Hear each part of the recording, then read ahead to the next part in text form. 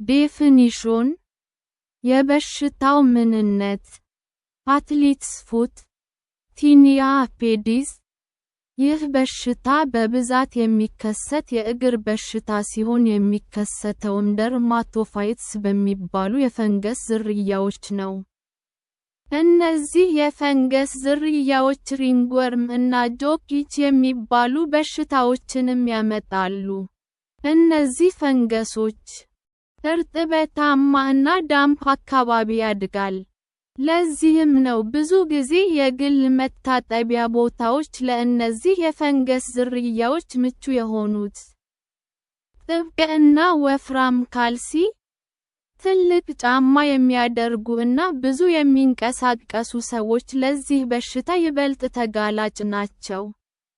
በተለይ ደግሞ በሞቃት ወቅት። ይህ በሽታ ብዙ ጊዜ ከልጆች ይልቅ ወጣቶችን ያጠቃል። ይህ በሽታ ሲይዘን እግሮቻችን ያሳክኩናል፣ ሶፍት ይሆናሉ፣ በተለይ ደግሞ በእግሮቻችን ጣቶች መካከል። አንዱ እግራችን ብቻ ወይንም ሁለቱም እግሮቻችን በበሽታው ሊጠቁ ይችላሉ። የእግሮቻችን ቆዳ፣ የውስጥ እግራችን፣ የእግሮቻችን ጣቶች መካከል መላጥ እና መሰነጣጠቅ። ደስ የማይል የእግር ሽታ ይኖራል።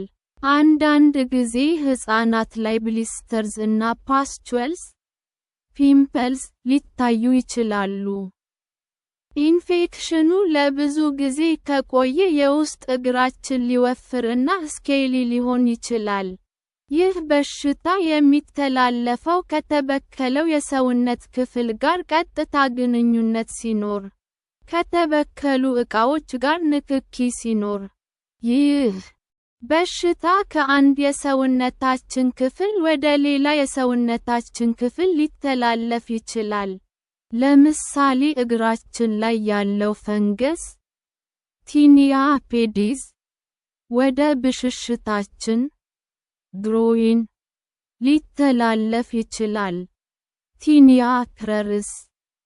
በተጨማሪም እግራችን ላይ ያለው ፈንገስ ቲኒያ ፔዲስ ወደ ጥፍሮቻችን ስካልፕ ሊተላለፍ ይችላል። ቲኒያ ካፕትስ። እነዚህ የፈንገስ ዝርያዎች እርጥበታማ እና ሞቃታማ የሰውነት ክፍሎቻችን ውስጥ ይኖራሉ። በተጨማሪም ጥፍሮቻችን ውስጥ ይኖራሉ። ሂስተሪ የበሽታው አመጣጥ ታሪክ በ19 ክፍለ ዘመን የተወሰኑ የሳይንቲስቶች ቡድን ይህ በሽታ በአይን ከማይታዩ ጀርሞች እንደሚከሰት አረጋገጡ።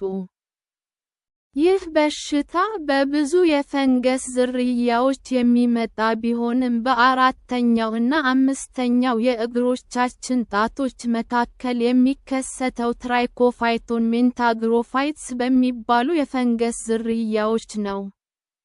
ኤፒዲሚዮሎጂ በሽታው ያለባቸው ሀገሮች ቲኒያ ፔዲስ is thought to be the world's most common dermatophytosis. Reportedly, 7% of the population will be infected with tinea pedis at some time. ይህ በሽታ ከፈንገስ ደርማቶፋይቶሲስ በሽታዎች በአብዛኛው የሚከሰት በሽታ ነው። ይህ በሽታ ብዙ ጊዜ ወንዶችን ያጠቃል። ዕድሜ እየጨመረ ሲመጣ፣ ከጉርምስና ጀምሮ፣ በዚህ በሽታ የመጠቃታችን ዕድል ይጨምራል። ኮዘዝ